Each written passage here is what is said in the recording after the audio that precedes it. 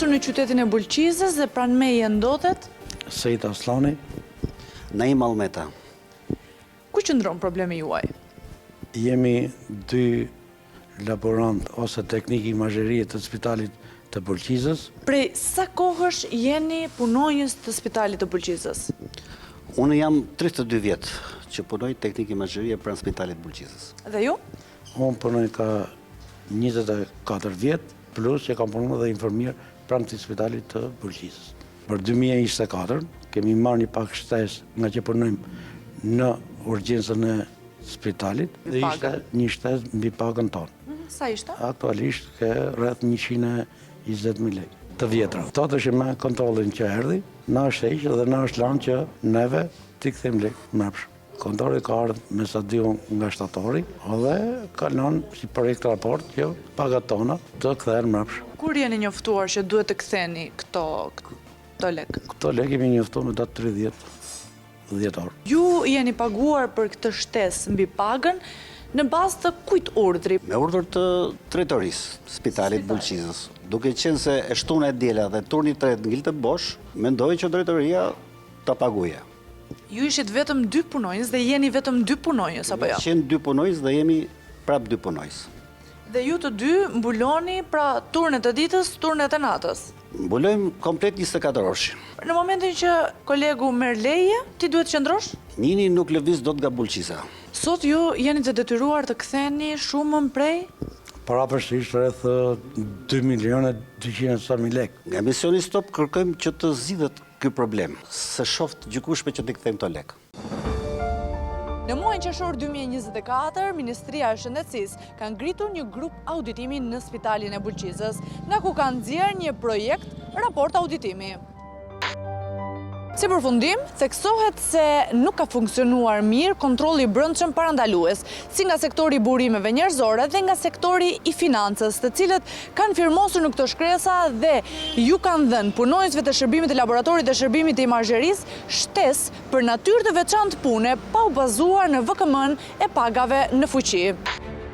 Por pyetja që lind është kush ja u ka dhënë këtë shtesë pagash këtyre 2 punonjësve? Drejtorët që kanë qenë më përpara kanë thënë një urdhër të brendshëm që teknikat e imazherisë duke qenë se punojnë në urgjencë, që paguhet gatishmëria dhe ajo është një 12.000 lekë shtesë. Auditi i Ministrisë së Shëndetësisë ka rekomanduar që institucioni të analizojë efektin financiar të shkaktuar nga sektori i financës për llogaritjen e gabuar të 2 punonjësve, laborant dhe 2 imazherisëve.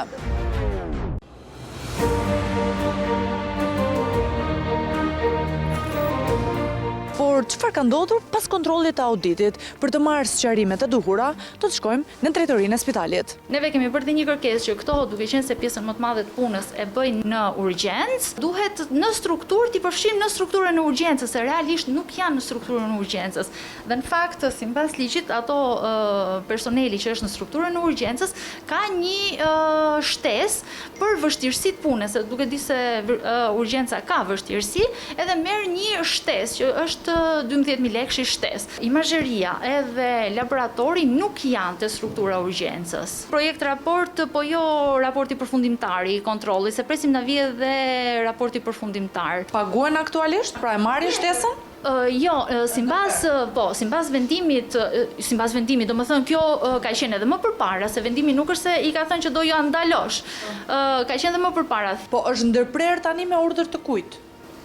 Me urdhër, domethënë kjo duhet ishte ndërprer, po kur doli VKM-ja e re në qershor korrik, nuk jam ishte përcaktuar shumë qartë se si do paguhen dhe nuk mund të ecni me një urdhër të brendshëm të një drejtori spitali, duke qenë se është vendimi i Këshillit të Ministrave.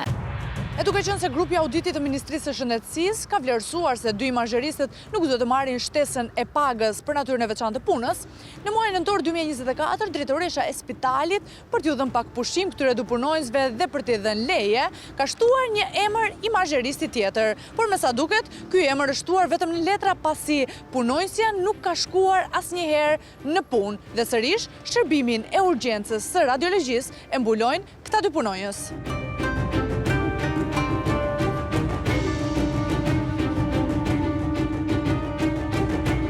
Megi Çilmeta. Kush është? Megi Çelmeta është një punojse që ka qenë me kohë, domethënë kishte një kontratë mbujore, e ka marrë dhe nuk është më. kishte? 3 mujorësh edhe nuk është më. Dhe çfarë pozicioni kishte? Ishte teknike i imazherie. E kuptoj. Është paraqitur në spital? Po, ka qenë. Mua nuk më rezulton kështu. Ajo pati një problem shëndetësor dhe 2 javë nuk ka qenë kështu. Nuk më rezulton që ta njohi askush. Patjetër që e njohin. Sepse nuk ka ardhur asnjë ditë në punë. Po Është patjetër, paguar. po patjetër që ka qenë në punë. Procura Megi Çelmeta, teknikën e imazherisë. Nuk e vini?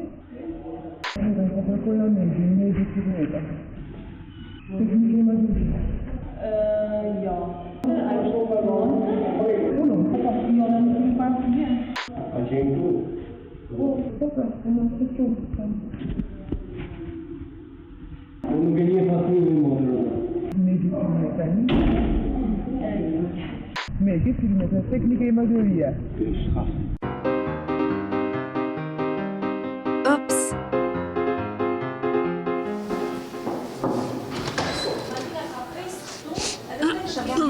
Megi nuk paguhet të neve, se është impostor. Cili? Mund të shohim pak një dokument që nuk paguhet aktualisht? Megi Çelmeta ka apo jo? Po.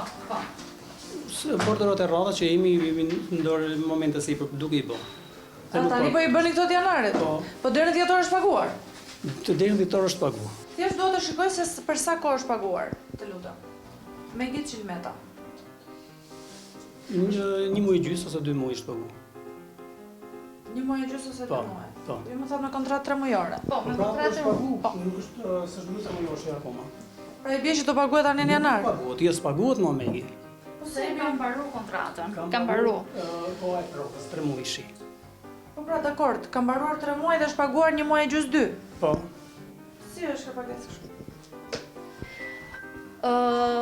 Thash, domethënë, ajo ka pas një kontratë mujore, por që ka mbaruar përpara. Neve nuk e paguajmë Megin më.